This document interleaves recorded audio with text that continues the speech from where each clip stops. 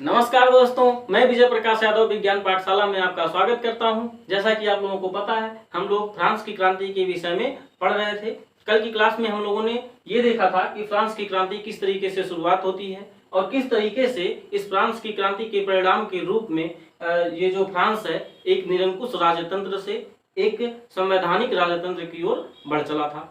कल की जैसे हम लोग एक कहानी के रूप में पूरी इस पाठ को समझने का प्रयास कर रहे हैं, तो कहानी समझने के लिए अगर पिछला तैयार हो तो ज़्यादा अच्छा से समझ में आता है। इसलिए अगर आप लोगों ने पिछली वीडियो को नहीं देखा है तो आई बटन में लिंक दिया हुआ है, जाकर के उसको देख लीजिए और उसके बाद फिर आज की क्लास को कंटिन्यू करिए।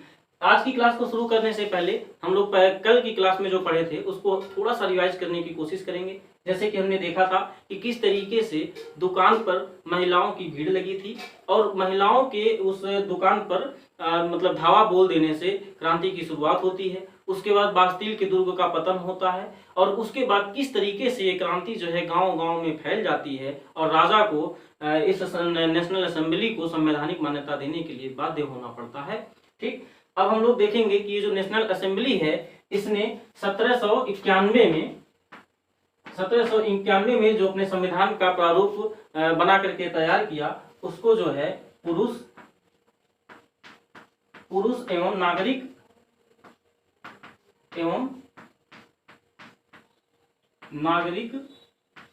अधिकार घोषणा पत्र कहा गया।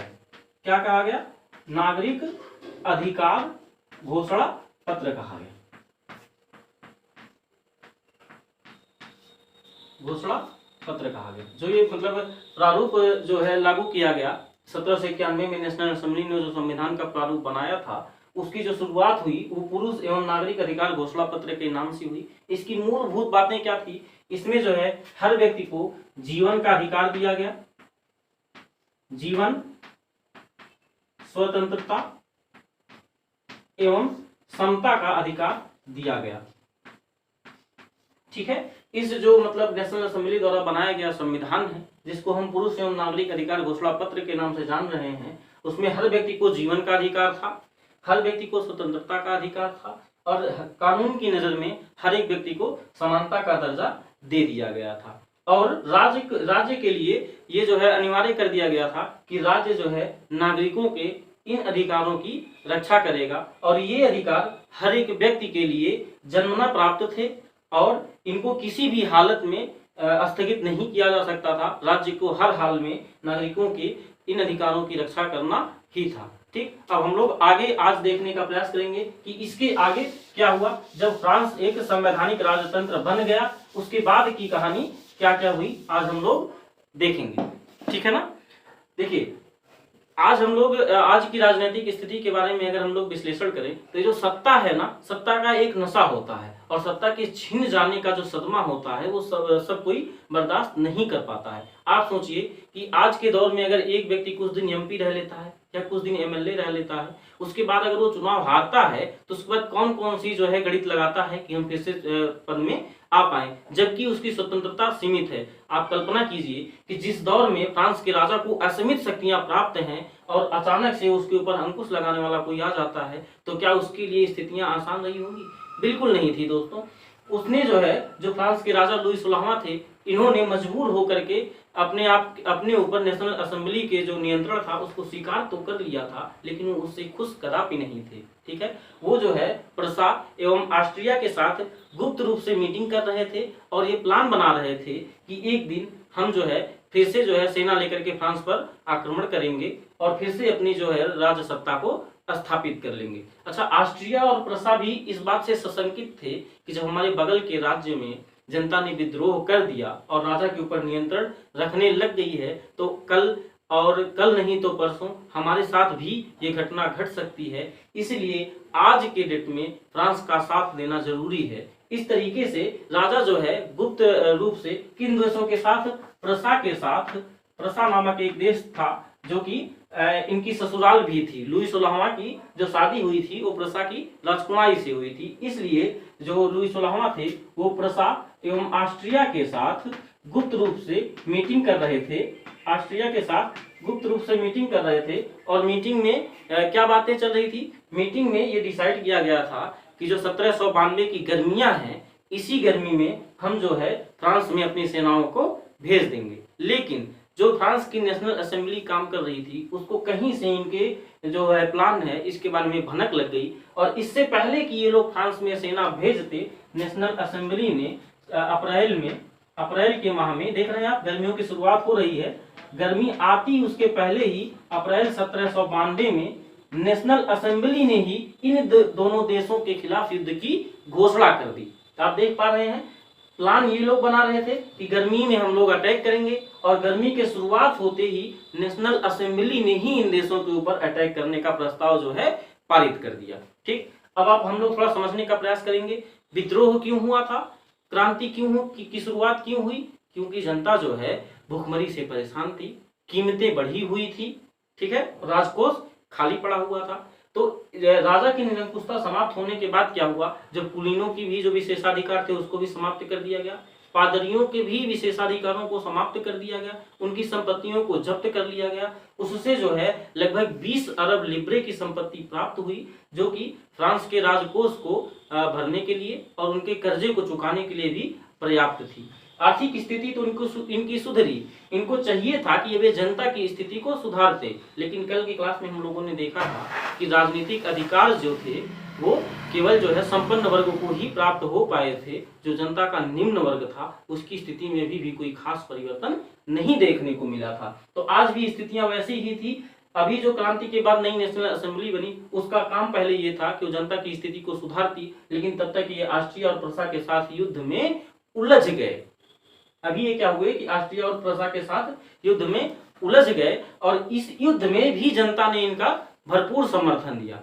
लोगों ने इस युद्ध को इस तरीके से लिया कि ये युद्ध दो राज्यों के बीच का युद्ध नहीं है, दो राजाओं के बीच का युद्ध नहीं है, ये युद्ध जो है पादरियों, कुलीनों और आम जनता के बीच, जो मतलब विशेषाधिकार और विशेषाधिकार विहीन लोग थे, इन दोनों लोगों के बीच के युद्ध के रूप में लोगों ने लिया। और बहुत सारे स्वयंसेवी जो है अपने आप से फ्रांस की सेना में अपनी सेवा देने के लिए आने लग गए। उन्होंने इसको देशभक्ति की मतलब रूप में लिया, और जो फ्रांस के कवि थे जाजेट दिलाई, उनके गीत मर्सिले को गाते हुए ये लोग इस युद्ध में भाग लेने के लिए आए।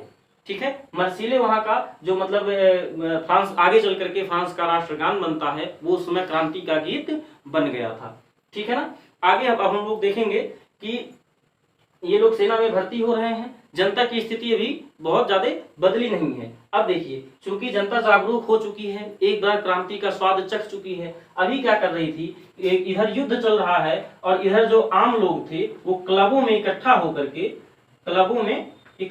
के राजा की जो नीतियां हैं, जो मतलब अभी असेंबली काम कर रही है, उसकी कार्य विधियों पर चर्चा किया करते थे। क्लबों में लोग इकट्ठा होते थे और जो मतलब ये नेशनल असेंबली की कार्यविधि है, उसकी जो योजनाएं हैं उसमें क्या सही है और क्या गलत है, क्या होना चाहिए और क्या हो रहा है, इन सब बातों पे बहस करने लग गए थे। और ये इन तमाम क्लबों में एक क्लब जो बहुत फेमस हुआ वो था जैकोबिन क्लब। जैकोबिन क्लब, इस जैकोबिन क्लब के बारे में जो एक खास बात है वो ये है कि ये समाज के निम्न वर्ग के लोगों से मिलकर के बना हुआ क्लब था। इसमें ज्यादातर लोग जो थे मजदूर थे, किसान थे, घड़ीसाज थे, छोटे मोटे कारीगर थे, यानी कि हम कह सकते हैं कि जनता के निचले स्तर के जो सदस्य थे वो जो जैकोबिन के सदस्य बन गए थे। और इनका जो नेता था उसका नाम था मैक्समिलियन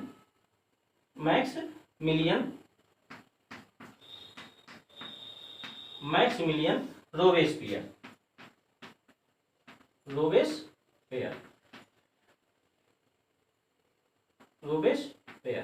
ठीक है, मैक्समिलियन रोबेस्पियर जो था इस जैकोबिन के जो मतलब सदस्य थे उनका नेता था। ठीक है, ये जो मतलब युद्ध चल रहा है, लेकिन अभी भी जो मतलब सत्ता है वो उच्च वर्ग के हाथ में ही है। लेकिन ये जो मतलब निचले स्तर के लोग हैं, ये भी क्लबों में इकट्ठा होकर के अपने हित की बातों को सोच रहे हैं और अपने हित के लिए इकट्ठा हो रहे हैं। और ये किसके लीडरशिप में इकट्ठा हो रहे थे, मैक्समिलियन रोबेस्पियर की नेतृत्व में इकट्ठा हो रहे थे। ठीक है, इनको लग रहा था कि अभी भी इस क्रांति को कंटिन्यू होना चाहिए, क्योंकि जो मतलब उच्च वर्ग था उसकी स्थिति में तो कुछ परिवर्तन हो चुका है, मध्य वर्ग की स्थिति में भी कुछ परिवर्तन हो चुका है, लेकिन हमारी स्थिति तो अभी भी जस की तस है। यानी कि क्रांति उनके लिए समाप्त हो सकती है, हमारे लिए तो अभी क्रांति समाप्त नहीं हुई है। इस तरीके का असंतोष जो है जनता के बीच में भी था, और वो जनता जो है जैकोबिन क्लबों का सदस्य बन करके इकट्ठा हो रही थी। इन लोगों ने अपने आप को कुलीनों से अलग दिखाने के लिए, जो कुलीनों का पहनावा था, जो जिसको हम लोग घुटन्ना या फिर ब्रीचेस बोलते थे, उसके मतलब उसका विरोध करके उससे अपने आप को अलग दिखाने के लिए एक धारीदार पतलून पहनने का निर्णय लिया। और जो इस जैकोबिन क्लब के मतलब सदस्य थे, पुरुष सदस्य थे, वो लाल रंग की टोपी भी पहनते थे। वो लाल रंग की टोपी स्वतंत्रता का प्रतीक हुआ करती थी। ठीक है, अभी तक हम लोगों ने देखा कि नेशनल असेंबली बनती है, संवैधानिक राजतंत्र तो आ जाता है, लेकिन कुछ ही दिनों के बाद इस समय मतलब नेशनल असेंबली के सामने ऑस्ट्रिया और प्रसा का युद्ध आ पड़ता है, और जनता की स्थिति में ये जो नेशनल असेंबली है कोई खास परिवर्तन नहीं कर पाती है। और वही लोग जो हैं, जो इस मतलब क्रांति से भी कुछ ज्यादा जिनको प्राप्त नहीं हुआ, जो निचला वर्ग है, वो जैकोबिन क्लबों के रूप में इकट्ठा हो रहे हैं और मैक्सिमिलियन रोबेस्पियर की नेतृत्व में अभी भी क्रांति करने के लिए क्रांति की जरूरत को महसूस कर रहे हैं। और ये जो मतलब क्रांति की इनको जब जरूरत महसूस हुई तो एक दिन ऐसा भी आया कि ये लोग फिर से क्रांति करने के लिए उतर पड़े। कौन लोग उतर पड़े? ये जो जैकोबिन क्लब के जो सदस्य हैं और जो निचले वर्ग के कुछ लोग हैं जिनमें असंतोष व्याप्त है, वो लोग मिल करके किस दिन 10 अगस्त को, किस दिन 10 अगस्त को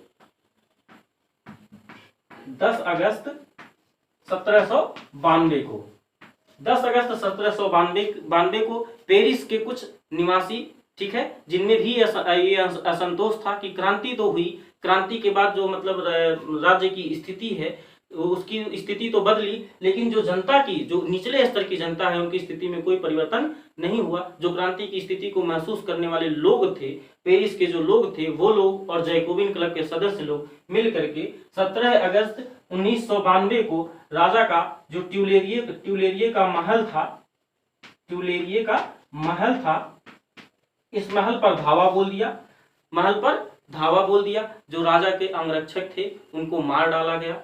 राजा का जो शाही परिवार था, राजा भी जिसमें इन्वॉल्व था, उन सभी लोगों को उसके महल में बंदी बना लिया गया। और ये जो है काफी देर तक उस राजा को बंदी बना करके जैकोबिन क्लब के सदस्य जो वहां पर इकट्ठे रहे। अंततः नेशनल असेंबली ने पूरे राज परिवार को, पूरे जो शाही परिवार था उसको जेल में डालने का आदेश दिया, और तब जाकर के ये जैकोबिन क्लब के जो लोग सदस्य थे वो सारे लोग शांत हुए और आंदोलन जो है एक शांति की स्थिति तक आ पाया।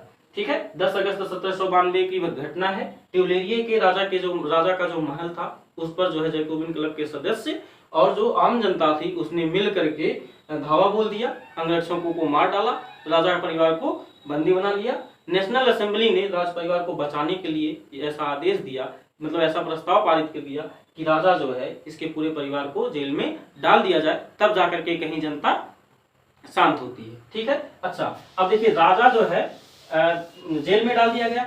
इसी के साथ ही राजतंत्र जो है वो समाप्ति की ओर बढ़ चला था। एक नई व्यवस्था बनाई गई। ठीक है, नई व्यवस्था क्या बनाई गई कि अब जो नेशनल असेंबली थी उसका मतलब कौन लेगा, उसकी जगह जो लेगी उसको क्या बोला गया, कन्वेंशन बोला गया। ठीक है, अब ये कहा गया कि कन्वेंशन, अभी जो नेशनल असेंबली थी उसकी जगह पे एक कन्वेंशन नाम की संस्था ले लेगी। ठीक है, नेशनल असेंबली की जगह कौन लेगी, कन्वेंशन नाम की एक संस्था लेगी। और ये संस्था कहाँ से आएगी, अभी तक हम लोगों ने पढ़ा था कि 25 साल की उम्र के अधिक के पुरुष जिनके पास कम से कम 3 दिन की मजदूरी के बराबर कर चुकाने की संपत्ति हो, वही लोग सिर्फ मतदान करते थे, बाकी और कोई लोग मतदान करने के अधिकारी नहीं थे। लेकिन अभी जो नया नियम बनाया गया उसके तहत 21 वर्ष से कम उम्र के सभी पुरुष, 21 वर्ष से अधिक उम्र के सभी पुरुष, 21 वर्ष से अधिक आयु के पुरुष,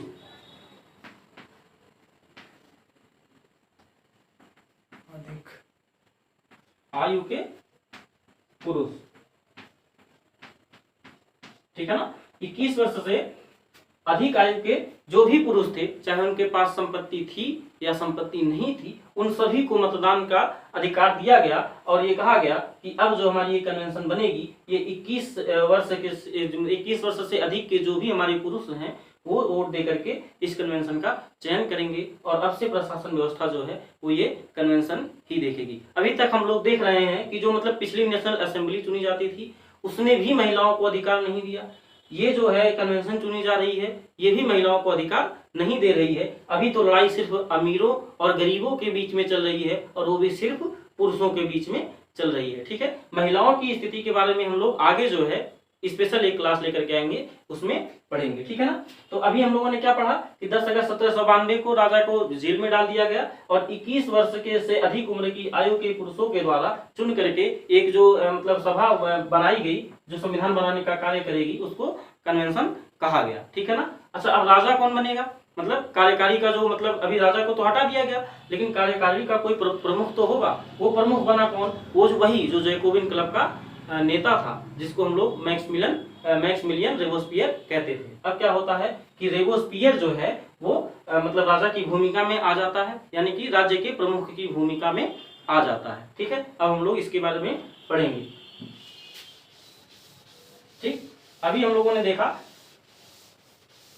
कि अभी नेशनल असेंबली की जगह कन्वेंशन ने ले लिया और राजा की जगह पे अब जो है एक व्यक्ति आ गया जिसको हम लोग मैक्समिलियन रोबेस्पियर के नाम से जानते हैं। रोबेस्पियर जो है चूंकि जैकोबिन क्लब का सदस्य रहा है, न कि जैकोबिन सदस्य रहा है बल्कि नेता रहा है, तो उसको आम जनता की स्थिति के बारे में अच्छे से पता है। वो जानता है कि जनता को क्या चाहिए, उसको किस चीज की जरूरत है। तो उसने कुछ बहुत ही महत्वपूर्ण काम किए जिसमें उन्होंने क्या किया, कीमतों की अधिकतम सीमा तय कर दी। क्या कर दी उसने, कीमतों की सीमा तय कर दी।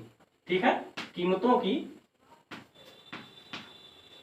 अधिकतम सीमा जो थी उसको तय कर दिया, अधिकतम सीमा तय कर दी। ठीक है ना, न कि कीमतों की अधिकतम सीमा तय की बल्कि मजदूरी को भी इसने तय कर दिया। ये जो कुछ कार्य हैं जो कि रोबेस्पियर के द्वारा किए गए, मजदूरी भी तय कर दी इसने, कीमतों की अधिकतम सीमा तय कर दी, मजदूरी को तय कर दिया और इसके साथ ही उसने और भी कार्य किया।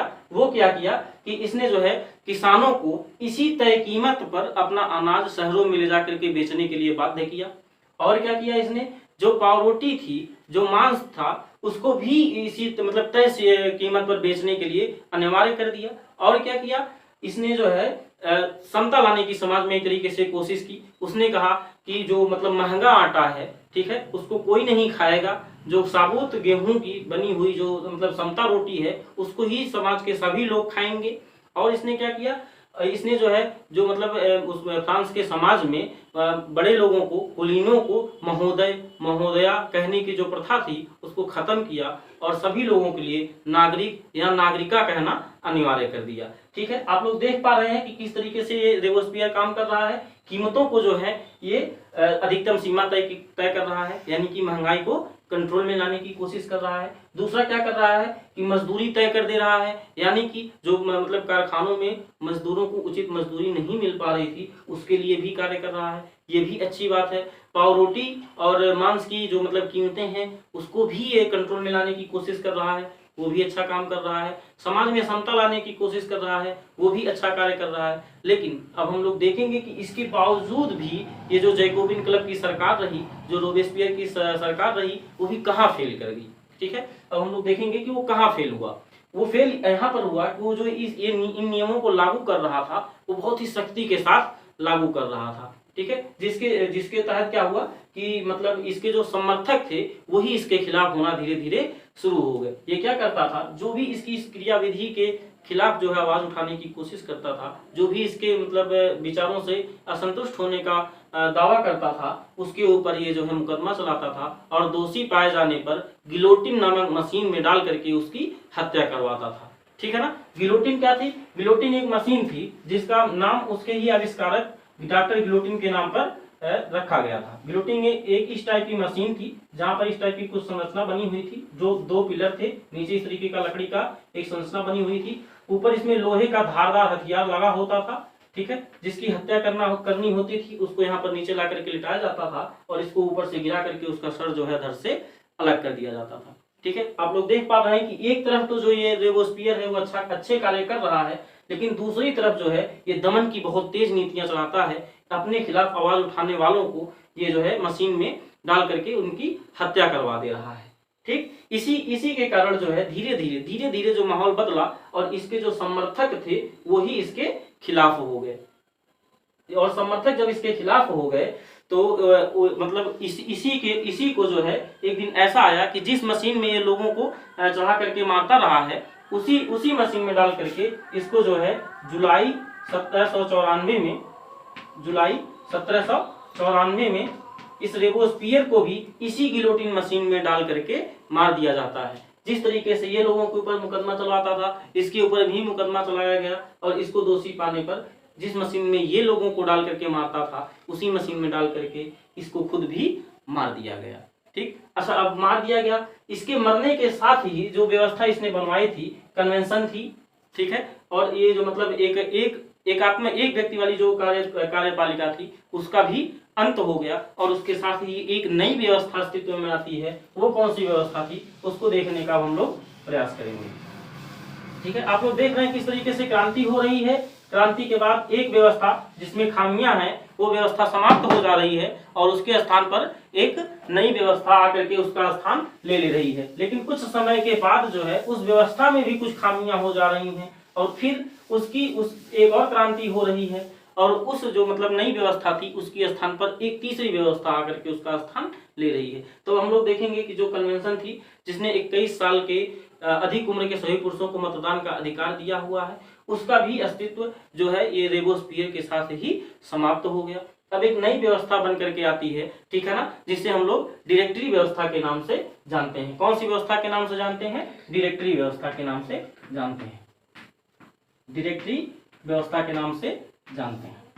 ठीक, अब देखिए ये जो नई व्यवस्था बनी, चूंकि जो है ये जैकोबिन क्लब का सदस्य रहा रोबेस्पियर, आम जनता से जुड़ा हुआ था, इसलिए इसने सभी संपत्तिहीन और संपत्ति वाले दोनों लोगों को मतदान का अधिकार दिया। लेकिन उसके अंत के साथ ही जो सत्ता है वो मध्य वर्ग के हाथों में आ जाती है, जो कि अपेक्षाकृत संपन्न लोगों का वर्ग है, और उसी के साथ ये परिवर्तन होता है। फिर से जो है वोट देने का अधिकार संपत्ति वाले लोगों के पास आ जाता है और संपत्तिहीन लोगों को फिर से मतदान के अधिकार से बाहर कर दिया जाता है। ठीक है, और नई व्यवस्था लाई जाती है जिसको डिटेक्टरी शासन के नाम से जाना गया। डिटेक्टरी क्या थी? डिटेक्टरी ये 5 लोगों की सभा थी, 5 सदस्य इसमें होते थे, ठीक है ना, 5 सदस्य होते थे। इसको क्यों लाया गया? इसमें देखा गया था ना, इसके पहले हम लोगों ने एक बार सीखा कि जब एक आदमी के हाथ में व्यवस्था पूरी दे दी जाएगी, रोबेस्पियर की तरह का कोई आदमी अगर आ गया तो किस तरीके से क्रूरता की सारी हदों को पार कर देगा। इसी चीज से बचने के लिए डायरेक्टरी व्यवस्था जो है लाई गई। डायरेक्टरी व्यवस्था क्या थी? डायरेक्टरी मतलब 5 सदस्य होते थे, ये 5 लोग मिल करके एकदम टॉप पर बैठते थे। इनके नीचे 2 परिषदें कार्य करती थी, ठीक है, इनके नीचे चुनी हुई 2 परिषद जो होती थी, ठीक है, 2 परिषद इनके नीचे चुन करके आती थी, दोनों परिषदें इनके अंडर में कार्य करती थी। लेकिन अब इस व्यवस्था में क्या खामी आ गई? इस व्यवस्था में गड़बड़ यहाँ पे हो गया कि ये जो 5 सदस्य हैं और ये जो 2 परिषदें हैं, इनके बीच में लगातार जो है मतभेद की स्थिति बनती रही। ये 5 सदस्य जब भी इस परिषद से नाराज होते थे या फिर यूं कहें कि इनके बीच में मतभेद होता था, तो ये परिषदें क्या करती थी? इन 5 लोगों के स्थान पर किसी नए 5 लोगों को बैठा दिया करती थी। ठीक है, और इसी तरीके से ये जो है राजनीतिक अस्थिरता की स्थिति फ्रांस में बनती है, और इसी राजनीतिक अस्थिरता का फायदा उठाते हुए एक जो है सैनिक तानाशाह, जिसको हम लोग नेपोलियन के नाम से जानते हैं, वो आगे आता है और फ्रांस की व्यवस्था पर काबिज हो जाता है। कौन आता है? नेपोलियन।